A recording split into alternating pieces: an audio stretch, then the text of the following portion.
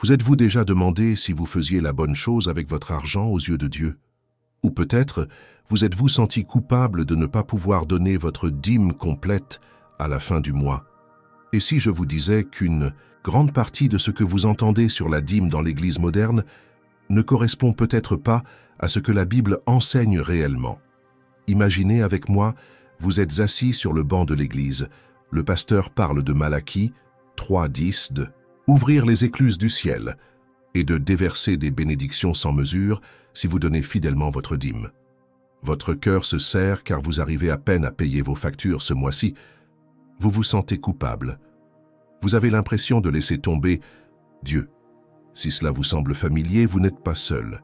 Et aujourd'hui, embarquons ensemble dans un voyage à travers la Bible pour découvrir ce qu'elle enseigne réellement sur le don, la générosité et le concept de la dîme de la Genèse à l'Apocalypse. Ce que vous apprendrez peut non seulement transformer votre compréhension, mais aussi libérer votre cœur pour une relation plus authentique et plus aimante avec Dieu et ses ressources. Et je vous promets une chose à la fin de cette vidéo, vous ne regarderez plus jamais la dîme de la même manière. Pour vraiment comprendre la dîme, nous devons remonter le temps. Pas seulement quelques années ou décennies, mais des milliers d'années jusqu'au tout début de cette pratique dans les Écritures. Et étonnamment, la dîme n'a pas commencé comme beaucoup l'imaginent. La première mention de la dîme dans la Bible ne vient pas d'un commandement divin ou d'une loi imposée par Dieu. Il apparaît dans le livre de la Genèse, chapitre 14, lorsqu'Abraham, alors encore appelé Abram, revient victorieux d'une bataille où il a sauvé son neveu Lot. Et Melchisédek, roi de Salem, apporta du pain et du vin. Il était prêtre du Dieu très haut. Et il le bénit et dit « Béni soit Abram du Dieu très haut, le possesseur du ciel et de la terre. Et béni soit le Dieu très haut qui a livré tes ennemis entre tes mains. » Et Abram lui donna la dîme de tous. Notez bien, Abraham a donné la dîme volontairement. Il n'y avait pas d'ordre divin. Il n'y avait pas encore de loi. La loi de Moïse ne sera appliquée que des centaines d'années plus tard. Il s'agissait d'un acte volontaire de gratitude et de reconnaissance. Abraham venait de connaître une victoire extraordinaire et voulait honorer Dieu à travers ce mystérieux prêtre Melchisédek. C'est un point crucial. La première dîme enregistrée dans la Bible était un acte de libre arbitre motivé par la gratitude et non par l'obligation. Cela nous amène à une question importante.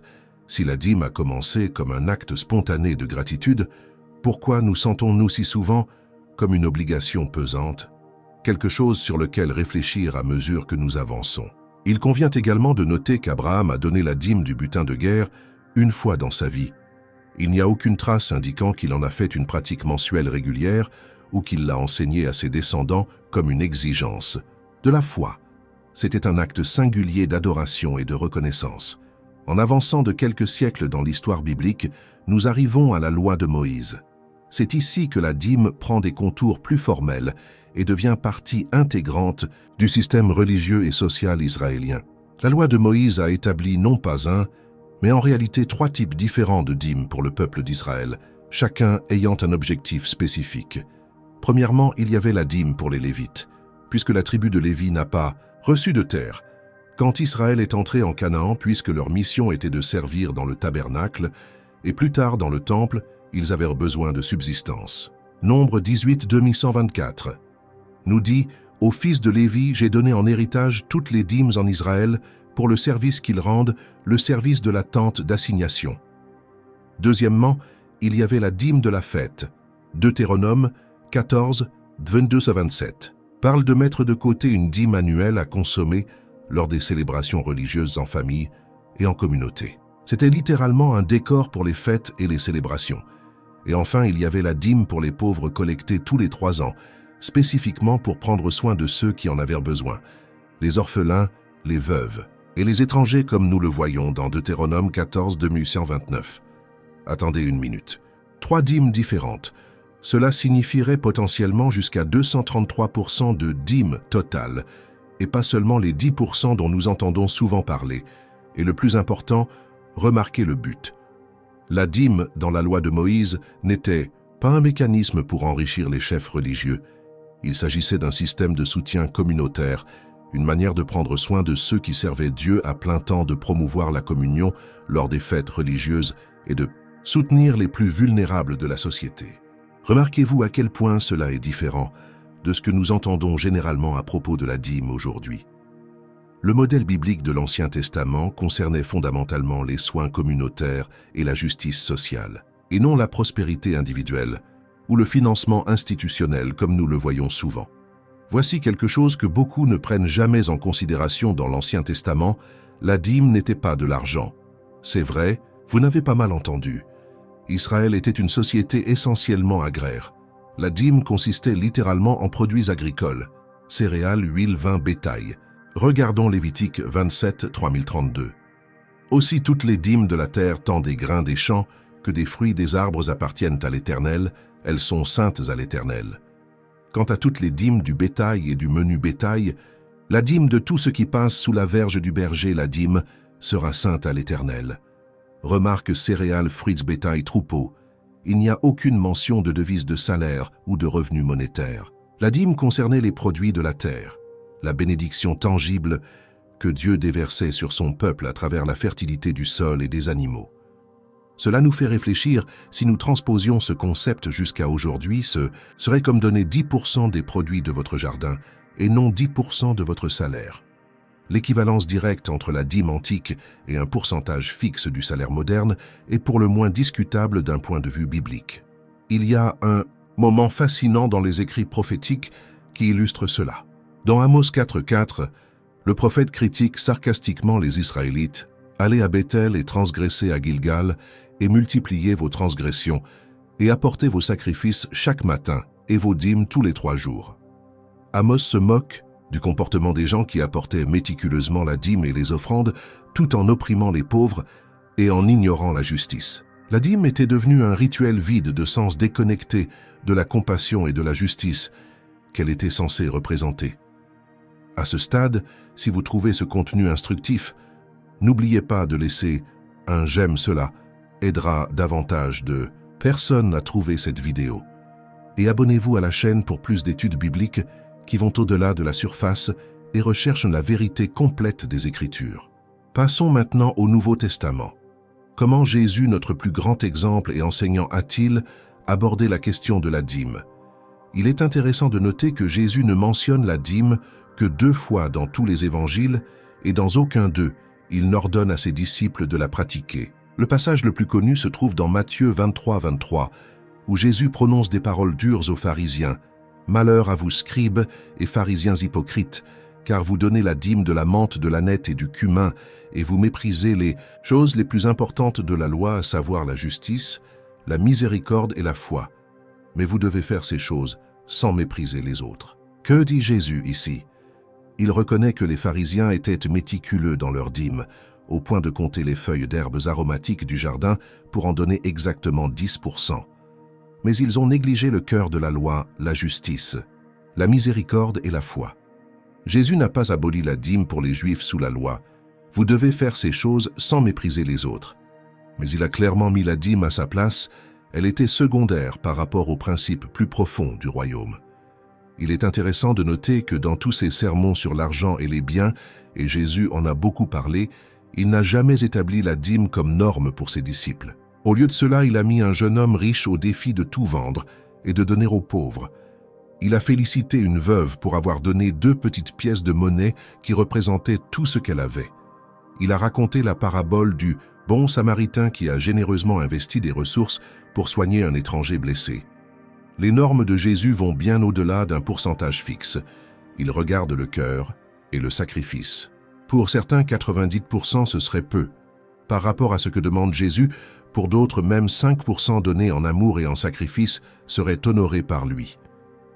L'accent de Jésus a toujours été mis sur l'attitude intérieure et non sur le respect extérieur des règles. Maintenant, une question cruciale. Si la dîme était un commandement aussi fondamental, nous trouverions certainement des instructions claires à ce sujet dans les lettres apostoliques et dans la pratique de l'Église primitive, n'est-ce pas? Étonnamment, il n'y a pas une seule mention de la dîme comme pratique pour les chrétiens dans tout le Nouveau Testament, en dehors des évangiles. Pas un seul. Quand nous lisons le livre des Actes, nous voyons émerger un modèle différent. Tous ceux qui croyaient étaient ensemble et avaient tout en commun. Ils vendaient à leurs propriétés et leurs biens et les distribuaient à chacun selon les besoins de chacun. C'était un modèle de générosité radicale et volontaire, non pas basé sur un pourcentage fixe, mais sur l'amour et une véritable attention envers les besoins de chacun.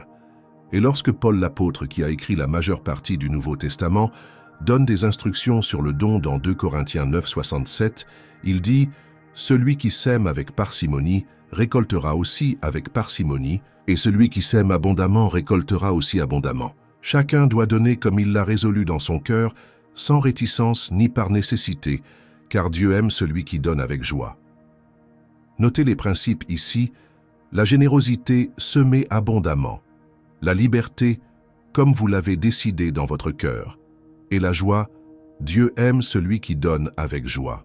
Il n'y a pas de pourcentage fixe, il n'y a pas d'obligation, il n'y a pas de manipulation ni de culpabilité. Pensez-y avec moi, si la dîme était une exigence pour les chrétiens, ne serait-il pas étrange que Paul, Pierre, Jean et les autres apôtres ne l'aient jamais mentionné comme tel, d'autant plus qu'ils écrivaient à des églises composées à la fois de juifs et de gentils, dont beaucoup auraient besoin d'instructions claires sur cette pratique juive. Le silence du Tzizinto, Nouveau Testament sur la dîme comme commandement pour les chrétiens, est assourdissant. Au lieu de cela, nous trouvons un appel à quelque chose de plus profond, une générosité qui jaillit d'un cœur transformé par l'amour du Christ. Abordons maintenant le passage le plus fréquemment cité lorsqu'on parle de la dîme dans les églises aujourd'hui, Malachie 3.10. « Apportez toutes les dîmes dans le magasin, afin qu'il y ait de la nourriture dans ma maison. Et alors, mettez-moi à l'épreuve, en cela dit l'Éternel des armées, si je ne vous ouvre pas les écluses du ciel et ne déverse sur vous une telle bénédiction, qu'une plus grande abondance vous viendra. » C'est un passage puissant. Mais comme toute écriture, nous devons la comprendre dans son contexte historique et littéraire, afin de ne pas la déformer. Malachie prophétisait sur Israël en tant que nation théocratique sous l'alliance mosaïque. Le peuple était revenu de l'exil babylonien et négligeait le temple et les Lévites. Les prêtres offrèrent des sacrifices défectueux. Le système de subsistance communautaire s'effondrait. Ce texte n'était pas une promesse de prospérité individuelle à quiconque donnait 10% de ses revenus. C'était un appel pour qu'une nation entière revienne à la fidélité à son alliance avec Dieu, qui comprenait le soin des Lévites et des pauvres à travers le système de la dîme. Lorsque nous appliquons ce texte directement à nos comptes bancaires personnels, sans tenir compte de son contexte historique, sommes-nous vraiment fidèles à l'intention de l'Écriture est-il juste de promettre aux gens que s'ils donnent 10% de leur salaire à l'Église locale, Dieu garantira la prospérité financière? La vérité est qu'il existe de nombreux chrétiens fidèles, généreux, et qui perdent la dîme, qui font face à des difficultés financières. Et nombreux sont les non-chrétiens qui prospèrent financièrement. La promesse de Malachie était liée à un pacte national spécifique et non à une formule universelle de prospérité. Cela ne veut pas dire que Dieu ne bénit pas la générosité, il le fait certainement.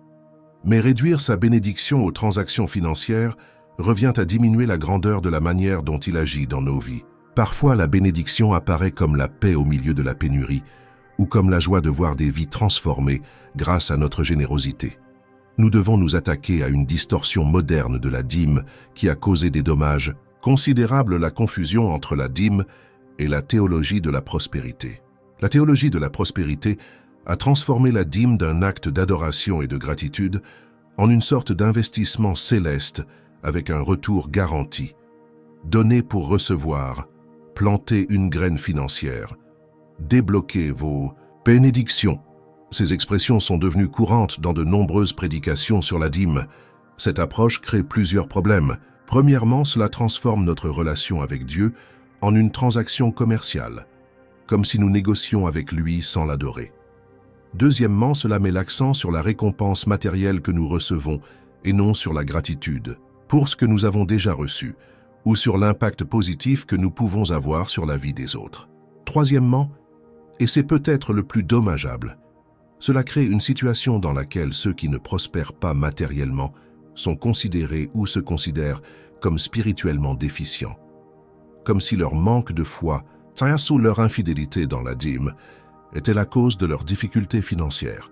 Imaginez le fardeau que cela représente pour une mère célibataire qui lutte pour nourrir ses enfants, pour une personne au chômage ou pour une personne confrontée à une maladie débilitante et à des frais médicaux. en plus des difficultés financières, ils portent le fardeau supplémentaire de penser que Dieu est déçu en eux, ou de refuser des bénédictions en raison de leur incapacité à donner la dîme complète. Ce n'est pas le message de l'Évangile, Paul écrit dans 2 Corinthiens 8, 12. Car si la volonté est prête, elle sera acceptée selon ce que chacun a et non selon ce qu'il n'a pas. Dieu regarde le cœur, pas la valeur. Il honore le sacrifice de la veuve avec 2 pièces de plus que les grosses sommes des riches parce qu'elle a donné de ce qu'elle n'avait pas, et eux de ce qui leur restait. Non seulement la Bible ne parvient pas à soutenir la vision mercantiliste de la foi, promue par certaines interprétations modernes de la dîme, mais elle la condamne activement, contestation d'hommes corrompus d'esprit et privés de la vérité, pensant que la piété est la cause du gain. Éloignez-vous de ceux-là. Paul met en garde contre ceux qui voient la foi comme un moyen d'enrichissement matériel. Et ce n'est pas la seule fois où les Écritures abordent ce sujet. Rappelez-vous quand Jésus est entré dans le temple et a vu les changeurs et les marchands. Il n'a pas organisé de séminaire sur les pratiques commerciales éthiques. Il n'a pas négocié de meilleures conditions. Le 12 agneau de Dieu fabriqua un fouet, renversa les tables et chassa ceux qui transformaient la maison de son père en repère de voleurs. Pourquoi une réaction aussi forte? Parce qu'il monétisait la relation des gens avec Dieu. Il créait des barrières financières pour rencontrer le divin. Il profitait du dévouement des autres. Dans Acte 8, nous voyons Simon le Magus offrir de l'argent aux apôtres pour acheter le pouvoir de conférer le Saint-Esprit. La réponse de Pedro a été directe: « Votre argent soit avec vous jusqu'à la destruction, parce que vous pensiez que le don de Dieu s'obtenait grâce à l'argent. Vous n'avez ni part ni chance dans ce ministère, parce que votre cœur n'est pas juste devant Dieu. » Pierre voyait quelque chose de profondément erroné dans le fait de lier la puissance de Dieu aux transactions financières. Et nous devrions le faire aussi. Pensez à la manière dont Jésus et les apôtres ont exercé leur ministère. Jésus a multiplié les pains et les poissons gratuitement jusqu'à des milliers. Pierre dit au boiteux: « Je n'ai ni argent ni or, mais ce que j'ai, je te le donne. » Paul travaillait à fabriquer des tentes afin de ne pas être un fardeau financier pour les églises qu'il avait fondées. Le schéma est clair, le véritable ministère donne, ne le prend pas, sert, n'explore pas. L'Évangile est un don, pas un produit. Et tout système qui suggère que vous pouvez acheter la faveur divine, que ce soit par la dîme ou toute autre pratique, est fondamentalement en contradiction avec le cœur de Dieu révélé en Jésus-Christ. Donc, si le pourcentage obligatoire de la dîme n'est pas le modèle du Nouveau Testament, quelle est la norme pour les disciples du Christ aujourd'hui? C'est quelque chose de bien plus beau, libre et transformateur. Paul le décrit dans 2 Corinthiens 9, 7 que nous avons déjà mentionné. Chacun doit donner comme il l'a résolu dans son cœur, sans réticence ni par nécessité, car Dieu aime celui qui donne avec joie. Ce verset établit 3 principes fondamentaux de la générosité chrétienne. Premièrement, la liberté. Chacun doit contribuer comme il l'a décidé dans son cœur. Il n'y a pas de pourcentage fixe. Il n'y a pas de valeur minimale. Il y a la liberté de décider en fonction de votre situation unique et de votre relation personnelle avec Dieu. Deuxièmement, la joie. Dieu aime celui qui donne avec joie. Donner doit découler d'un cœur reconnaissant et joyeux, et non d'un sentiment d'obligation, de peur ou de culpabilité. Troisièmement, l'intentionnalité. Comme je l'ai résolu dans mon cœur. Il ne s'agit pas de donner par impulsion ou émotion, mais avec réflexion et détermination. En quoi cela serait-il différent si nos églises mettaient l'accent sur ces principes, au lieu de la règle des 10%? Et si nous parlions davantage de l'impact de notre générosité sur la vie des autres, et moins des bénédictions matérielles que nous pouvons recevoir en retour? La véritable générosité chrétienne est gratuite, joyeuse et intentionnelle. Cela peut être de 5% pour certains et de 50% pour d'autres. Il peut s'agir d'argent, de temps, de compétences ou d'hospitalité. Ce qui compte n'est pas le pourcentage, mais la part du caractère de Dieu qui a tant aimé le monde qu'il l'a. Donner devient une discipline spirituelle qui nous libère de l'avidité et du matérialisme. C'est un exercice de confiance en Dieu comme notre pourvoyeur. C'est une manière concrète d'aimer notre prochain. C'est une expression tangible de notre gratitude pour ce que Dieu a fait pour nous en Christ. Quand on comprend cela, donner cesse d'être un fardeau et devient un privilège. Il ne s'agit pas d'accomplir une loi, mais de participer à la générosité divine qui coule à travers nous vers un monde dans le besoin. Si vous avez été accablé par la dîme comme obligation légale, si vous vous êtes senti coupable de ne pas pouvoir donner exactement 10%, ou si vous avez donné dans l'espoir d'obtenir des bénédictions matérielles, j'espère que ce message apportera la liberté à votre cœur. Dieu n'a pas besoin de votre argent. Il désire votre cœur. Et quand il a votre cœur, la générosité découle naturellement, non pas par peur ou par obligation, mais par amour et gratitude. Imaginez ce que ce serait si nos communautés religieuses adoptaient pleinement ce modèle de générosité libre, joyeuse et intentionnelle.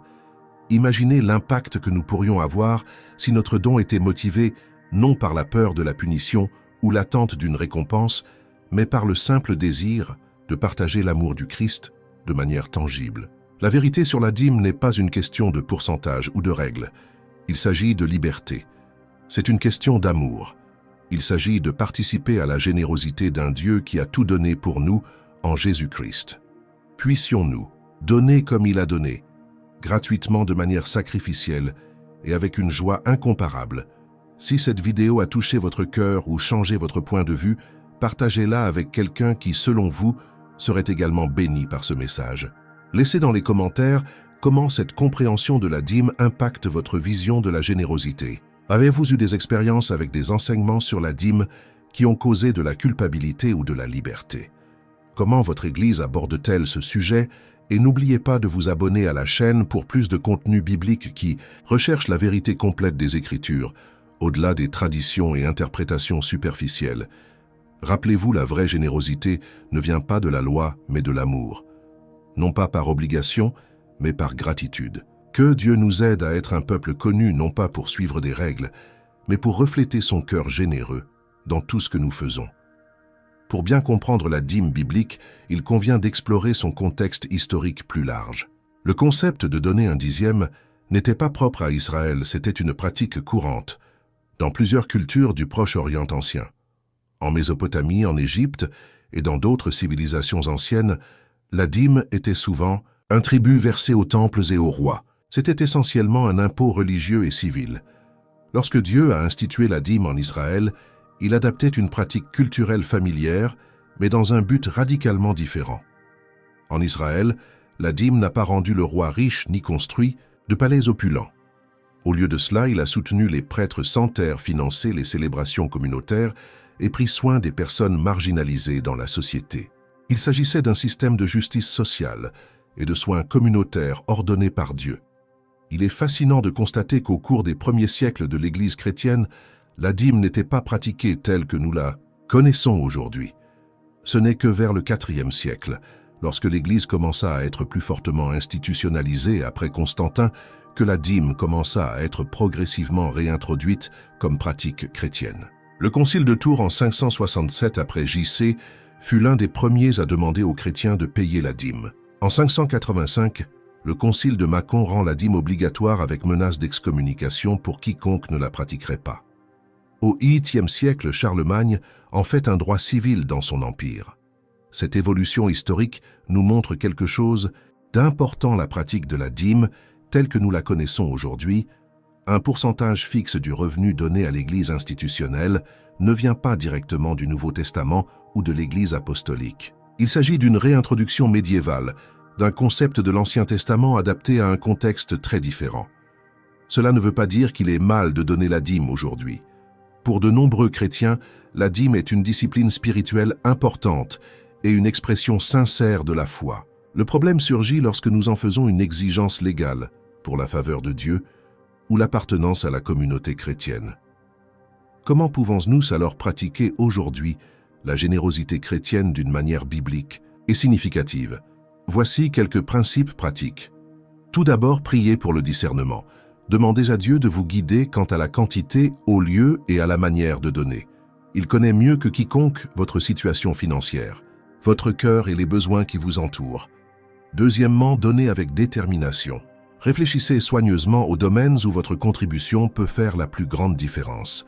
Cela peut inclure votre église locale, mais aussi des organisations qui s'occupent des pauvres, des missions, des projets éducatifs ou humanitaires. Troisièmement, soyez cohérents. La générosité n'est pas un événement ponctuel, mais un style de vie. Prenez l'habitude de donner régulièrement, même si les montants varient selon votre situation.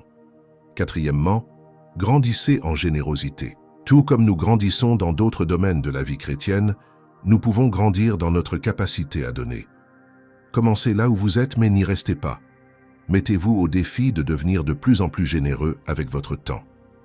Cinquièmement, célébrez le privilège de donner. Au lieu de considérer la générosité comme un devoir ou un fardeau, célébrez-la comme une opportunité de participer à l'œuvre de Dieu dans le monde et d'exprimer votre gratitude pour tout ce qu'il a fait pour vous. Enfin, donnez de manière globale. La générosité chrétienne ne se limite pas à l'argent. Cela inclut du temps, des compétences, de l'hospitalité, des encouragements et bien plus encore. Certains d'entre nous peuvent donner davantage financièrement, d'autres auront plus de temps ou des compétences spécifiques à offrir. Nous avons tous quelque chose de précieux à partager. Ce qui me frappe le plus dans l'étude de la dîme dans la Bible, c'est la façon dont Dieu dirige systématiquement notre regard au-delà des règles vers le cœur du problème. Lorsque les pharisiens comptaient méticuleusement les feuilles de menthe pour la dîme, Jésus les a redirigés vers la justice, la miséricorde et la foi. Lorsque les Israélites apportèrent la dîme tout en opprimant les pauvres, les prophètes condamnèrent leur hypocrisie. Le message est cohérent. Dieu se soucie davantage de l'état de notre cœur et de la façon dont nous traitons les autres que de l'exactitude de nos calculs de pourcentage. Il veut que notre générosité découle de l'amour et non de la peur ou de l'obligation. Je suis convaincu que si nous redécouvrons la beauté de la générosité volontaire, joyeuse et intentionnelle que nous voyons dans le Nouveau Testament, nous ne donnerons pas moins, nous donnerons plus, et nous le ferons non pas pour recevoir en retour, mais parce que nous avons été transformés par l'amour extravagant de Dieu, manifesté en Jésus-Christ. Réfléchissez à ce que Paul écrit dans 2 Corinthiens 8, 9. « Car vous connaissez la grâce de notre Seigneur Jésus-Christ, qui, bien qu'il était riche, s'est fait pauvre à cause de vous, afin que par sa pauvreté vous deveniez riches. » La plus grande générosité jamais démontrée n'était pas une dîme. C'était un sacrifice total. Jésus s'est donné à 100% pour nous. Et c'est cette générosité qui nous inspire et nous donne le pouvoir de donner comme lui, gratuitement de manière sacrificielle et avec une joie incomparable. Pour approfondir notre compréhension de la dîme, nous devons également considérer le tableau plus large de l'enseignement biblique sur l'argent et les biens. La Bible a beaucoup à dire sur ce sujet au-delà de la question spécifique de la dîme. Jésus a parlé plus de l'argent et des biens que de presque tout autre sujet. Il nous a avertis que « Vous ne pouvez pas servir Dieu et Mammon » Matthieu 6,24 enseignant que notre attitude envers l'argent en dit long sur l'état de notre cœur spirituel. Il a raconté la parabole du riche insensé qui accumulait des richesses pour lui-même, mais qui n'était pas riche pour Dieu. Luc 12, 1621. Il a enseigné que « Là où est ton trésor, là aussi sera ton cœur » Matthieu 6, 21. Il a mis en garde à plusieurs reprises contre le danger que les richesses deviennent une idole qui nous empêche d'entrer dans le royaume de Dieu. Quand nous lisons ces passages, nous nous rendons compte que la question n'a jamais été de savoir quel pourcentage précis, mais de savoir où est notre cœur. Est-ce dans l'accumulation de richesses terrestres ou dans l'investissement dans le royaume éternel de Dieu? Paul fait écho à ces thèmes dans ses lettres. Dans 1 Timothée 6, 1719, il écrit « Il recommande aux riches de ce monde de ne pas s'enorgueillir et de ne pas placer leur espérance dans l'incertitude des richesses, mais en Dieu, qui nous donne abondamment toutes choses dont nous pouvons jouir, qu'ils fassent le bien, s'enrichissent en bonnes œuvres, distribuent avec sagesse et communiquent qu'ils se posent de bonnes bases pour l'avenir afin d'obtenir la vie éternelle. » Notez le conseil de Paul, ce n'est pas donner exactement 10%, mais faites le bien, devenez riche en bonnes œuvres, partagez généreusement. L'accent est mis sur la générosité en tant qu'expression d'un cœur transformé et non sur l'adhésion à une formule de pourcentage. Un autre aspect important que nous devons considérer est la question de l'intendance. La Bible enseigne constamment que tout ce que nous possédons appartient à Dieu, et pas seulement 10%. Nous sommes des gestionnaires et non des propriétaires de nos ressources. Le psaume 24:1 déclare « À l'Éternel est la terre, et tout ce qu'elle contient le monde, et ceux qui l'habitent. » Cette perspective change complètement notre approche de l'argent et des biens. Nous ne donnons pas à Dieu lorsque nous contribuons financièrement, nous gérons fidèlement ce qui lui appartient déjà. Si nous acceptons réellement cette vérité, la question ne sera jamais « Combien dois-je donner à Dieu ?» mais plutôt « Quelle part de l'argent de Dieu dois-je garder pour moi ?» Ce changement de mentalité est révolutionnaire. En tant qu'intendant, nous sommes appelés à utiliser toutes nos ressources, 100%, et pas seulement 10%, de manière à honorer Dieu et à bénir les autres. Cela inclut la façon dont nous dépensons, économisons, investissons et donnons. Chaque décision financière devient une décision spirituelle. Cette vision plus large de l'intendance chrétienne nous libère de la mentalité légaliste qui accompagne souvent les discussions sur la dîme.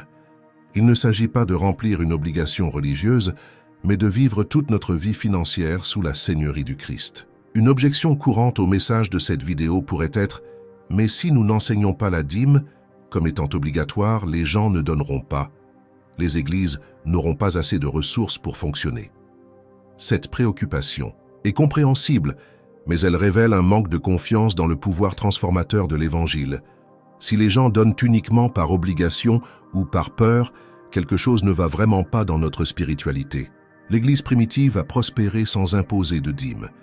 Les gens donnaient généreusement, allant même jusqu'à vendre des biens pour répondre à leurs besoins, non pas parce qu'ils y étaient obligés, mais parce que leur cœur avait été transformé par l'amour du Christ. Si la seule façon de financer nos ministères est d'appliquer une règle de l'Ancien Testament qui n'a pas été réaffirmée dans le Nouveau, nous devons nous demander si nous vivons réellement dans la puissance du Saint-Esprit. Le fruit de l'Esprit comprend l'amour et la gentillesse qui s'expriment naturellement dans la générosité lorsqu'ils ne sont pas étouffés par le légalisme. Les églises qui adoptent le modèle du Nouveau Testament de générosité volontaire, joyeuse et intentionnelle découvrent souvent que les gens donnent plus et non moins lorsqu'ils sont libres de donner selon que Dieu les dirige individuellement. Il existe un exemple frappant de cela dans la Bible elle-même. Dans Exode 3:136, lorsque Moïse a demandé des contributions pour construire le tabernacle, la réponse a été si généreuse qu'il a finalement dû demander au peuple de cesser d'apporter des offrandes. Et Moïse donna cet ordre qu'ils firent, traverser le camp disant que plus personne, ni homme ni femme, ne fasse plus de travail pour l'offrande du sanctuaire. Il fut donc interdit au peuple d'en apporter davantage. Exode 366. Imaginez une église aujourd'hui devant dire « S'il vous plaît, arrêtez de donner ». Nous en avons déjà plus qu'assez. Cela peut sembler un rêve impossible, mais c'est exactement ce qui s'est produit lorsque le peuple de Dieu a été ému par la gratitude et par la vision de ce que Dieu faisait parmi lui. Lorsque nos dons sont motivés par l'amour et la gratitude, il n'y a pas de limite à la générosité. C'est la beauté du modèle du Nouveau Testament. Une autre question importante que nous devons aborder est le but de notre générosité. Dans le modèle institutionnel moderne de dîme, l'accent est souvent mis sur le fonctionnement de l'organisation. Paiement des salaires, des factures, construction d'hypothèques, etc. Mais quand nous regardons le Nouveau Testament, nous voyons une approche différente. Dans Actes 2, 4:445 et 4:32-35, l'objectif principal de la générosité était de prendre soin de ceux qui en avaient besoin, et tous ceux qui croyaient étaient ensemble et avaient tout en commun. Et ils vendirent leurs biens et les distribuèrent à chacun selon que chacun en avait besoin. Et le cœur et l'âme de la multitude de ceux qui croyaient étaient un, et personne ne disait que ce qu'il possédait lui appartenait, mais que tout leur était commun. C'est pourquoi il n'y avait personne parmi eux qui fût dans le besoin, car tous ceux qui avaient des domaines ou des maisons, lorsqu'ils les vendaient, apportaient le prix de ce qui était vendu et le déposaient aux pieds des apôtres. Et cela était distribué à chacun selon les besoins de chacun. L'objectif principal n'était pas de construire des structures ou de maintenir des institutions, mais de veiller à ce qu'aucun frère ou sœur ne soit dans le besoin. Cela contraste nettement avec bon nombre de nos pratiques modernes où de larges pourcentages des budgets de l'Église sont consacrés aux installations et aux salaires, avec une plus petite fraction allouée aux soins directs des pauvres et des nécessiteux. Paul renforce cette priorité dans Galates 2:10 lorsqu'il rapporte que les apôtres à Jérusalem n'ont demandé qu'une seule chose, que nous nous souvenions des pauvres, ce que j'ai moi aussi essayé de faire avec diligence. Prendre soin de ceux qui en avaient besoin était central et non périphérique à la mission de l'Église. Cela ne veut pas dire qu'il est mauvais d'avoir des bâtiments ou de payer des pasteurs. Paul soutient dans 1 Corinthiens 9 que ceux qui prêchent l'Évangile doivent vivre selon l'Évangile. Mais cela suggère que nous devrons peut-être rééquilibrer nos priorités pour mieux refléter les valeurs du royaume que nous voyons dans le Nouveau Testament. Historiquement, l'Église a été plus efficace dans sa mission lorsqu'elle manifeste une attention tangible envers les pauvres et les marginalisés. Lorsque les gens voient notre amour en action, l'Évangile gagne en crédibilité. Comme l'a écrit Jean, « Mes petits-enfants, n'aimons pas en parole ou avec la langue, mais en actes et en vérité. » Jean 318. Un aspect fascinant de la dîme dans l'Ancien Testament et rarement mentionné dans la prédication moderne est le concept de l'année de rémission et du jubilé. Tous les 7 ans, les dettes devaient être annulées. Deutéronome 15 et tous les 50 ans, les terres devaient être restituées aux familles d'origine et les esclaves devaient être libérés. Lévitique 25. Il s'agissait de mécanismes divinement ordonnés pour empêcher une concentration excessive des richesses et garantir que chaque famille en Israël ait la possibilité de prospérer. Le système économique de Dieu a été conçu pour créer une société juste où personne ne serait définitivement appauvri. Il est intéressant de noter que la plupart des prédications sur la dîme se concentrent fortement sur Malachie 3, mais abordent rarement ces autres lois économiques de l'Ancien Testament. Si nous insistons sur le fait que la dîme est obligatoire pour les chrétiens, ne devrions-nous pas également insister sur l'année de rémission et le jubilé? Jésus a commencé son ministère en proclamant « L'Esprit du Seigneur est sûr, moi parce qu'il m'a oint pour annoncer la bonne nouvelle aux pauvres, pour renvoyer libres ceux qui sont opprimés, pour proclamer une année de grâce du Seigneur. » Luc 4, 1819. De nombreux érudits pensent que Jésus faisait référence à l'année du jubilé comme une métaphore de la libération qu'il a apportée. L'évangile de Jésus est fondamentalement un message de libération, y compris la libération économique. Et si les pratiques financières de notre Église reflétaient cette valeur fondamentale, et si au lieu de faire pression sur des personnes déjà financièrement chargées pour qu'elles donnent 10%, nous créions des communautés où les ressources étaient partagées de manière à libérer les gens de l'endettement et de la pauvreté, et si notre générosité était véritablement révolutionnaire et ne se limitait pas à soutenir les institutions. Cela nous amène à une question cruciale. Comment nos églises devraient-elles être financées, sinon par la dîme obligatoire? La réponse est simple mais profonde, grâce à la générosité volontaire de personnes dont le cœur a été transformé par l'Évangile. Ce n'est pas utopique, c'est précisément la façon dont l'Église a commencé et comment elle a connu une croissance exponentielle au cours des premiers siècles. Les dirigeants de l'Église ont la responsabilité d'enseigner fidèlement la générosité, l'intendance et les besoins du ministère.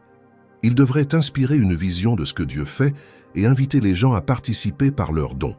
Mais ils doivent le faire sans manipulation, sans culpabilité ou sans promesse superficielle de prospérité matérielle.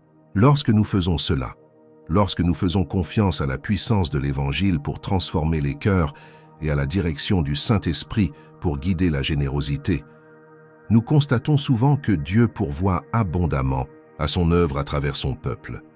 Comme Paul en a témoigné, « Et Dieu peut vous combler de toute grâce afin que, ayant toujours toute suffisance en toutes choses, vous puissiez abonder en toute bonne œuvre. » 2 Corinthiens 9, 8. Une préoccupation légitime de nombreux pasteurs est la suivante. Si j'enseigne que la dîme n'est pas obligatoire pour les chrétiens, cela ne diminuera-t-il pas les dons à l'Église? Comment allons-nous payer nos factures? C'est une préoccupation compréhensible, mais l'expérience de nombreuses églises suggère le contraire. Lorsque les gens sont libérés de leurs obligations légales et invités à donner en réponse à l'amour de Dieu, motivés par la gratitude et guidés par l'Esprit Saint, la générosité augmente souvent. Pourquoi? Parce que le légalisme limite. Notre générosité à un seul niveau, 10%. Une fois que nous avons rempli notre obligation, nous avons le sentiment d'avoir fait notre part. Mais lorsque nous sommes motivés par l'amour et la gratitude, il n'y a pas de limite à notre générosité. De plus, le légalisme crée de la résistance. Lorsque les gens se sentent manipulés ou soumis à des pressions, il existe une tendance naturelle à se retirer ou à résister. Mais lorsqu'ils sont inspirés et invités, ils réagissent beaucoup, plus librement. Imaginez une église où les gens donnent non pas parce qu'ils doivent le faire, mais parce qu'ils le veulent, où l'accent n'est pas mis sur combien vous devriez donner, mais sur l'impact que votre générosité peut avoir, où la conversation ne porte pas sur les pourcentages, mais sur le but. Cette approche reflète non seulement plus fidèlement le modèle du Nouveau Testament, mais crée également une culture de générosité beaucoup plus saine et durable à long terme. Tout au long de cette vidéo, nous explorons en profondeur ce que la Bible enseigne réellement sur la dîme et la générosité. Nous avons vu que la dîme a commencé comme un acte volontaire de gratitude avec Abraham. Sous la loi de Moïse, il y avait plusieurs dîmes à des fins communautaires spécifiques. Jésus accordait de l'importance à l'attitude du cœur plutôt qu'au pourcentage de précision. L'Église primitive pratiquait une générosité radicale et volontaire et non une dîme obligatoire.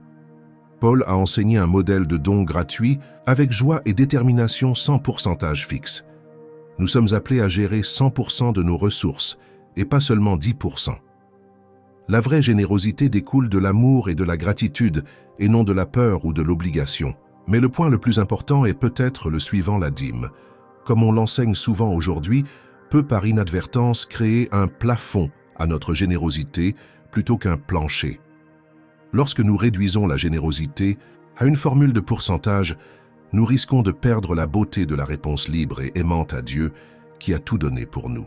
Jésus n'est pas mort pour que nous puissions donner exactement 10%.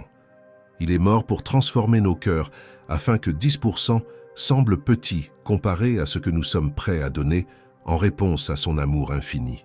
Soyons clairs, je ne dis pas que donner 10% est une erreur. Pour de nombreux chrétiens, la dîme est une discipline spirituelle importante et une expression sincère de la foi. Si c'est comme ça que ça marche pour vous, continuez. Mais faites-le par amour et gratitude, et non par obligation ou par peur. Ce que je suggère, c'est de libérer le concept de générosité chrétienne des limites d'une règle de pourcentage et de le ramener à la liberté transformatrice de l'Évangile.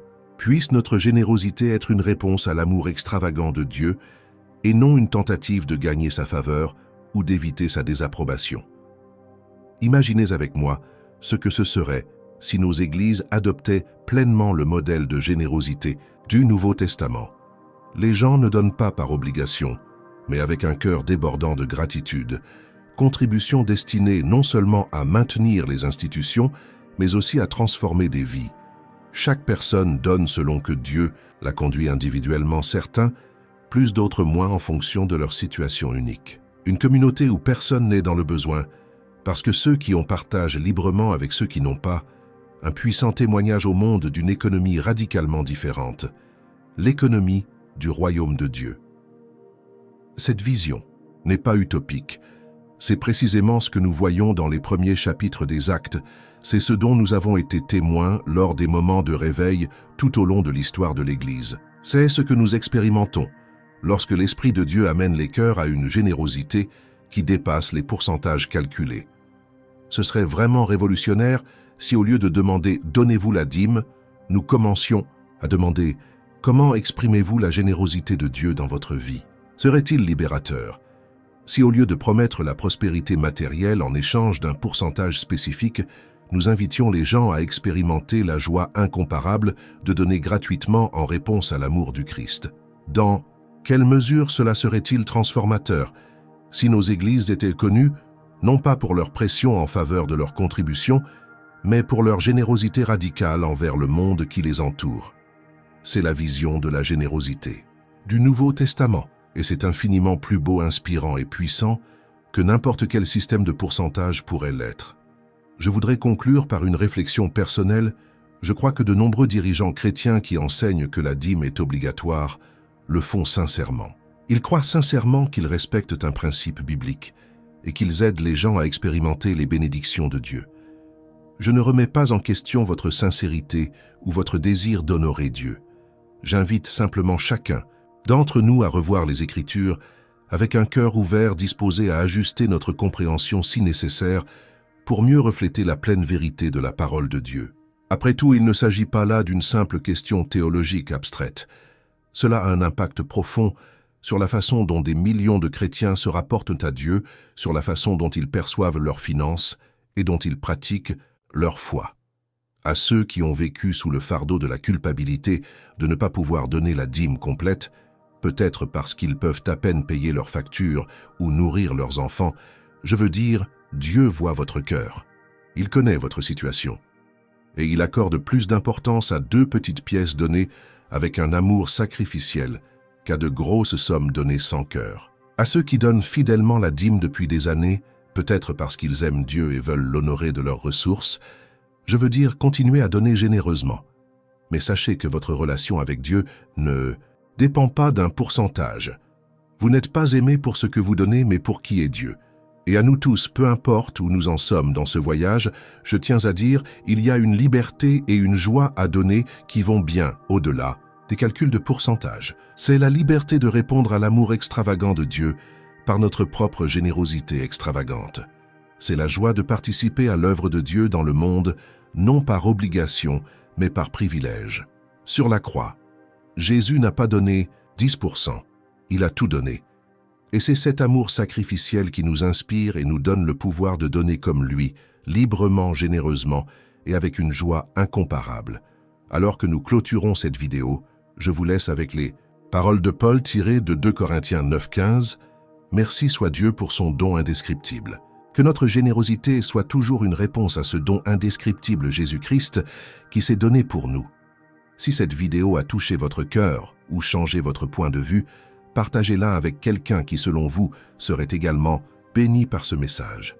Ensemble, nous pouvons redécouvrir la beauté de la générosité chrétienne en tant que réponse libre et aimante à l'Évangile et non en tant qu'obligation légale. Laissez dans les commentaires comment cette compréhension de la dîme impacte votre vision de la générosité. Avez-vous eu des expériences avec des enseignements sur la dîme qui ont causé de la culpabilité ou de la liberté? Comment votre Église aborde-t-elle ce sujet? Et n'oubliez pas de vous abonner à la chaîne pour plus de contenu biblique qui recherche la vérité complète des Écritures, au-delà des traditions et interprétations superficielles. Que Dieu vous bénisse abondamment, alors que vous cherchez à l'honorer avec tout ce que vous êtes et tout ce que vous avez. Pour conclure notre exploration de la dîme, considérons quelques questions pratiques que beaucoup d'entre vous se posent peut-être si la dîme n'est pas obligatoire. Combien dois-je donner? C'est une question naturelle, mais peut-être pas. La meilleure. Au lieu de demander combien, nous pouvons commencer par demander pourquoi et pourquoi. Pourquoi je donne est-ce par gratitude? Pour l'obéissance, pour l'espoir d'un retour, pour plaire aux autres. Pourquoi est-ce que je donne? Quel est le but de mon don? Est-ce que je contribue à quelque chose qui compte vraiment, qui correspond aux valeurs du royaume de Dieu? Lorsque nous clarifions nos motivations et nos objectifs, la question du combien se résout généralement d'elle-même. Nous donnons ce que nous pouvons avec joie, avec détermination, tandis que Dieu nous guide individuellement. Pour certains, ce chiffre peut être inférieur à 10% à certaines périodes de leur vie, par exemple, lorsqu'ils sont confrontés à d'importantes difficultés financières ou qu'ils remboursent leurs dettes. Pour d'autres, cela peut être bien, supérieur à 10%. Peut-être lorsqu'ils jouissent de l'abondance et se sentent appelés à vivre plus longtemps, simplement pour pouvoir donner plus généreusement. Dois-je donner toute ma dîme à mon église locale? Ou puis-je la donner? Là encore, lorsque l'on comprend qu'il ne s'agit pas d'une loi à pourcentage fixe, mais d'un appel à la générosité intentionnelle, cette problématique prend une nouvelle perspective. Nous devrions certainement soutenir nos communautés religieuses. Paul a écrit que ceux qui prêchent l'Évangile doivent vivre selon l'Évangile. 1 Corinthiens 9:14. Les croyants ont la responsabilité de soutenir le ministère de leur Église locale. En même temps, il n'y a aucun commandement dans le Nouveau Testament qui précise que tous nos dons doivent aller à une seule institution. En fait, nous voyons Paul collecter des offrandes pour les pauvres à Jérusalem, démontrant une vision plus large de la générosité chrétienne. La sagesse suggère de soutenir principalement votre communauté de foi, mais aussi de considérer d'autres besoins et ministères qui correspondent aux valeurs du royaume, en particulier ceux qui s'occupent des pauvres, des marginalisés et de ceux qui ne connaissent pas encore Christ. Dois-je calculer ma dîme sur mon revenu brut ou net? Cette question illustre parfaitement comment la dîme peut devenir légaliste. Lorsque nous nous préoccupons de calculs exacts, nous risquons de passer à côté de l'essence de la générosité biblique. Rappelez-vous, dans le système biblique original, la dîme concernait les produits agricoles et non les salaires. L'application directe au salaire moderne est déjà une adaptation. Au lieu de vous laisser entraîner dans des calculs précis, revenez aux principes fondamentaux. Générosité, joie, intentionnalité. Si vous choisissez de donner un pourcentage précis, soyez cohérent avec vos propres convictions sans imposer ce choix aux autres. Qu'en est-il des promesses de prospérité liées à la dîme? De nombreux enseignements modernes sur la dîme incluent des promesses de retour financier donnez et vous recevrez en retour multiplié. Ceci est souvent basé sur une application de Malachie 3.10 ou Luc 6.38. Même si la Bible enseigne certainement que Dieu bénit la générosité, nous devons nous méfier des promesses simplistes de prospérité matérielle. Jésus et les apôtres étaient généreux, mais ils n'étaient pas riches selon les normes du monde. De nombreux chrétiens fidèles à travers le monde vivent dans la pauvreté matérielle tout en étant riches en foi. Les bénédictions que Dieu promet aux généreux sont souvent spirituelles et relationnelles. La joie de donner la satisfaction de voir des vies transformées, la liberté du matérialisme, l'intimité avec Dieu qui vient lorsque nous lui faisons confiance comme notre pourvoyeur. Donner dans l'attente première de recevoir en retour pervertit la nature de la véritable générosité. Comme Jésus l'a dit, vous avez reçu gratuitement, donnez gratuitement. Matthieu 10.8. Mais la dîme ne constitue-t-elle pas une discipline spirituelle utile? Absolument pour de nombreux chrétiens. La dîme est une pratique significative qui les aide à cultiver la générosité, la confiance en Dieu et la fidélité. Si vous trouvez la dîme utile en tant que discipline spirituelle, continuez à la faire. Le problème surgit lorsque nous transformons la discipline personnelle en une obligation universelle, ou lorsque nous suggérons que ceux qui ne la pratiquent pas désobéissent d'une manière ou d'une autre à Dieu, ou sont disqualifiés de ses bénédictions. Il existe de nombreuses disciplines spirituelles utiles qui ne sont pas des commandements universels jeûnes réguliers, moments spécifiques de prière pratique contemplative. La dîme peut être considérée de la même manière une pratique bénéfique pour beaucoup, mais pas une obligation légale pour tous. Un aspect qui mérite d'être exploré est la manière dont les différentes traditions chrétiennes abordent la dîme. Cette diversité d'interprétations nous rappelle qu'il n'existe pas de consensus universel sur cette pratique même parmi les chrétiens sincères et attachés aux Écritures. Dans les églises catholiques romaines, par exemple, la dîme n'est généralement pas considérée comme une obligation. Au lieu de cela, les fidèles sont encouragés à donner selon leurs moyens en mettant l'accent sur la générosité et le souci des pauvres. Le catéchisme catholique mentionne l'obligation de subvenir aux besoins de l'Église, mais ne précise pas de pourcentage. De même, dans les églises orthodoxes orientales, il n'y a aucune exigence formelle en matière de dîme. L'accent est mis sur l'intendance chrétienne et la générosité en tant qu'expression de la foi, avec une forte tradition de soins communautaires. De nombreuses confessions protestantes historiques, luthériennes, méthodistes, presbytériennes, enseignent la dîme comme un idéal ou un objectif spirituel, mais pas comme une loi inflexible. Ils reconnaissent généralement la différence entre l'alliance de l'Ancien Testament et la Nouvelle Alliance en Christ. C'est dans les traditions évangéliques et pentecôtistes et dans certaines églises fondamentalistes que l'on met le plus l'accent sur la dîme comme obligation permanente pour les chrétiens. Cependant, même ici, il existe une diversité d'opinions parmi les théologiens et dirigeants respectés.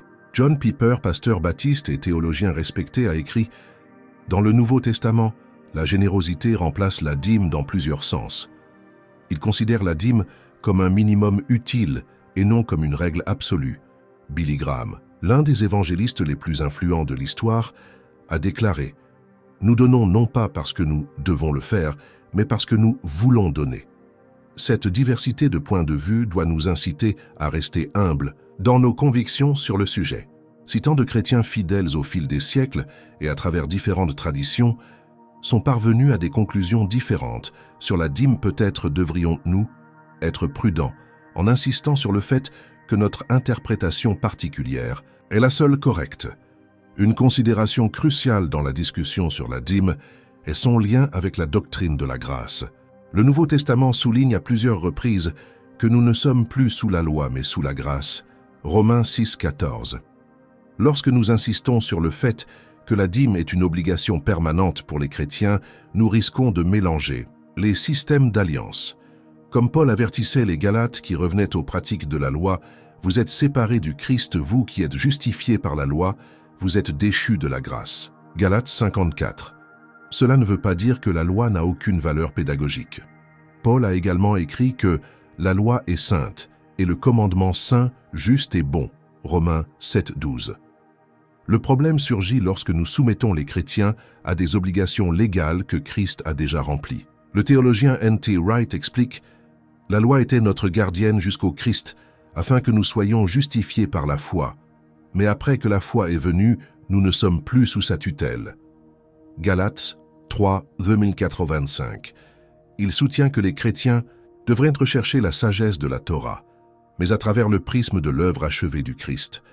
Lorsque nous comprenons la nouvelle vie en Christ comme une réalité de grâce, notre générosité peut découler d'un lieu de liberté et non de contrainte. Comme l'a exprimé le théologien Jürgen Moltmann, la grâce libère non seulement du péché, mais aussi de la loi. Dans une vie transformée par la grâce, la générosité ne diminue pas, elle s'étend.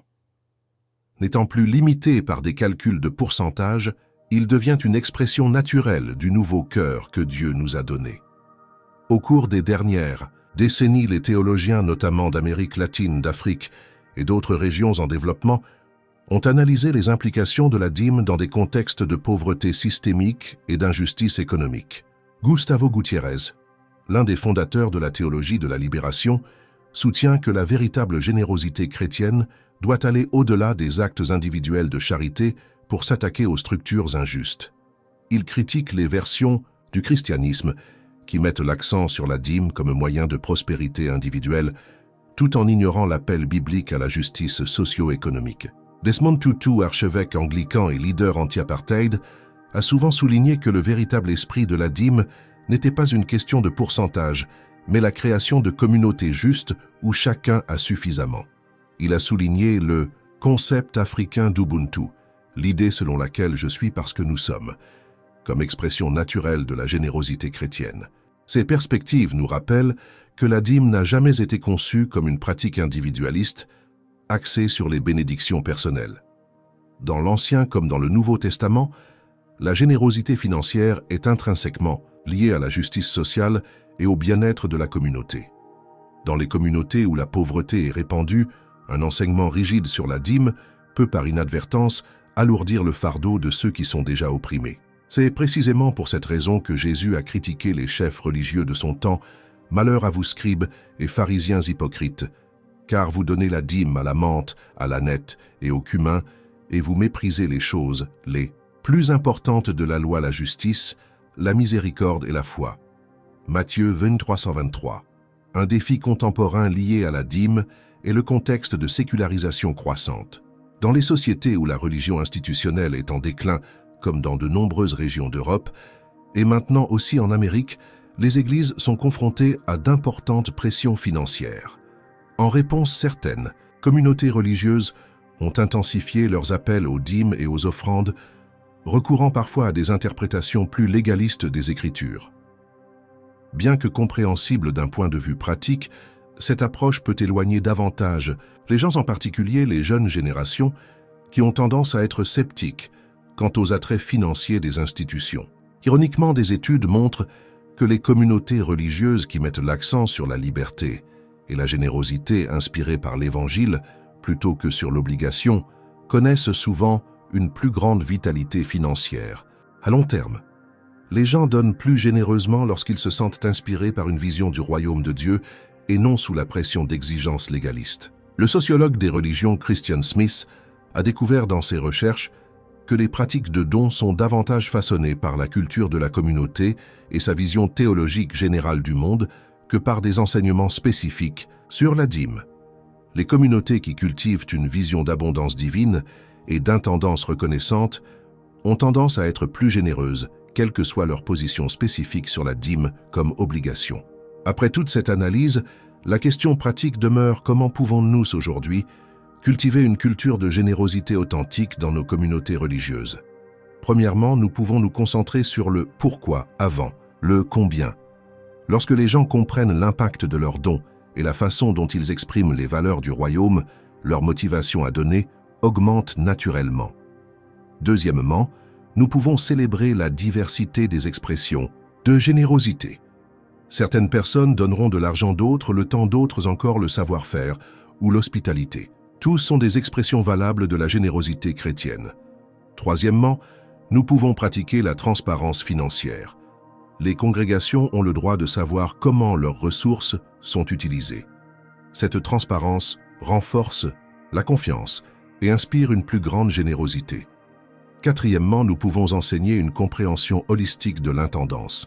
Cela inclut non seulement la manière dont nous donnons, mais aussi la manière dont nous gagnons, dépensons, épargnons et investissons. Chaque décision financière est une décision théologique. Cinquièmement, nous pouvons relier le don à la formation spirituelle. La générosité ne consiste pas seulement à financer des programmes. Il s'agit de ressembler davantage au Christ qui, bien qu'il fût riche, s'est fait pauvre à cause de vous, afin que par sa pauvreté, vous deveniez riches. 2 Corinthiens 8, 9. Enfin, on peut souligner la joie de donner. Lorsque les gens éprouvent la joie de participer à l'œuvre de Dieu par leur générosité, ils veulent naturellement donner davantage. Le message chrétien est fondamentalement un message de transformation, non seulement des cœurs individuels, mais de communautés entières et en fin de compte de toute la création. La façon dont nous percevons et utilisons l'argent est un élément crucial de cette transformation. Le Nouveau Testament nous offre un aperçu d'une économie radicalement différente, ce que nous pourrions appeler une économie du royaume. C'est une économie caractérisée non pas par l'accumulation et la compétition, mais par le partage et la communion. Nous le voyons dans la description de l'Église primitive, dans les actes où personne ne disait que tout ce qu'il possédait lui appartenait, mais que tout leur était commun. Acte 4, 32. Nous le voyons dans l'enseignement de Jésus selon lequel « prêtez sans attendre de retour ». Luc 6, 35. Nous voyons cela dans le modèle de Paul consistant à travailler de ses propres mains pour soutenir son ministère et aider les faibles actes 20, 3, 435. Cette vision va bien au-delà de la dîme. Il s'agit d'une réinvention complète de la manière dont les ressources pourraient être partagées lorsque les gens sont motivés par l'amour, plutôt que par la peur, par la générosité, plutôt que par la cupidité. À quoi ressemblerait notre société si les chrétiens vivaient pleinement cette vision économique alternative? Et si nos églises n'étaient pas seulement des lieux où les gens donnent 10% de leurs revenus, mais des laboratoires pour une toute nouvelle façon de partager les ressources? Ce n'est pas une utopie, c'est le rêve de Dieu pour son peuple depuis le début. Du jardin d'Éden où l'abondance pouvait être partagée librement, à la Nouvelle Jérusalem, où les portes ne se ferment jamais et où l'accès aux ressources de guérison est garanti pour tous. Entre ces deux jardins, nous vivons dans un monde de pénurie et d'inégalité. Mais en tant que peuple de Dieu, nous sommes appelés à vivre dès maintenant comme citoyens du futur royaume, y compris dans nos pratiques financières. Alors que nous concluons cette exploration complète de la dîme, il est important de reconnaître qu'en fin de compte, ce thème renvoie à des questions plus profondes sur le type de communauté que Dieu appelle son peuple à constituer. Le débat sur la question de savoir si la dîme est obligatoire pour les chrétiens peut facilement nous détourner de la situation dans son ensemble. La question n'est pas vraiment de savoir si nous devons donner exactement 10%, mais comment nous pouvons participer plus pleinement à la générosité radicale de Dieu. Jésus n'est pas venu établir une nouvelle religion avec un ensemble de règles différentes.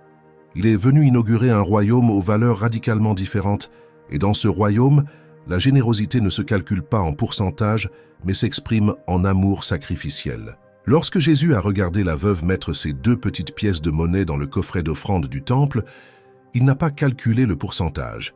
Il a vu ton cœur. Il a reconnu le coût personnel, et il a célébré leur générosité radicale. De même, lorsque Jésus rencontra Zachée, il ne demanda pas 10%. La transformation du cœur de Zachée l'a amené à donner volontairement la moitié de ses biens aux pauvres et à rembourser 4 fois plus à tous ceux qui l'avaient fraudé. C'est le modèle que nous voyons à plusieurs reprises dans le Nouveau Testament. La générosité chrétienne ne consiste pas à se conformer à un code juridique, il s'agit d'une transformation radicale du cœur qui se manifeste par une générosité radicale. Ainsi, alors que nous clôturons cette réflexion, je vous invite à regarder au-delà de la question de la dîme. Demandez-vous, comment puis-je participer plus pleinement à la générosité de Dieu? Comment puis-je utiliser toutes les ressources qu'il m'a confiées, pas seulement 10%, mais 100%, pour faire progresser les valeurs de son royaume? La réponse sera différente pour chaque personne. Pour certains, cela peut inclure la pratique de la dîme comme discipline spirituelle importante. Pour d'autres, cela peut impliquer un modèle de générosité complètement différent. Ce qui compte n'est pas la forme spécifique, mais que notre générosité découle de cœurs transformés par l'amour du Christ. Comme Paul l'a écrit, « Car l'amour de Christ nous presse » 2 Corinthiens 5, 14. Puisse cet amour être le moteur de notre générosité. Et puisse, grâce à notre générosité, le monde avoir un aperçu du cœur généreux de Dieu. Alors que nous terminons ce voyage sur le thème de la dîme, j'espère que chacun de nous repartira non pas avec moins de désir de donner, mais avec plus, motivé non par la peur ou l'obligation, mais par l'amour et la gratitude. Puisse notre générosité être une véritable expression de notre foi et non un impôt religieux. Puisse-t-il refléter le caractère généreux de Dieu qui n'a même pas refusé son propre Fils, mais l'a livré pour nous tous. Et puisse, grâce à notre générosité, le monde avoir un aperçu du cœur de Dieu et être attiré dans son amour extraordinaire. Comme Paul l'a écrit, que chacun donne comme il l'a résolu dans son cœur sans réticence ni contrainte, car Dieu aime celui qui donne avec joie. Puissions-nous être reconnus non pas par nos calculs de pourcentage, mais par notre joie de donner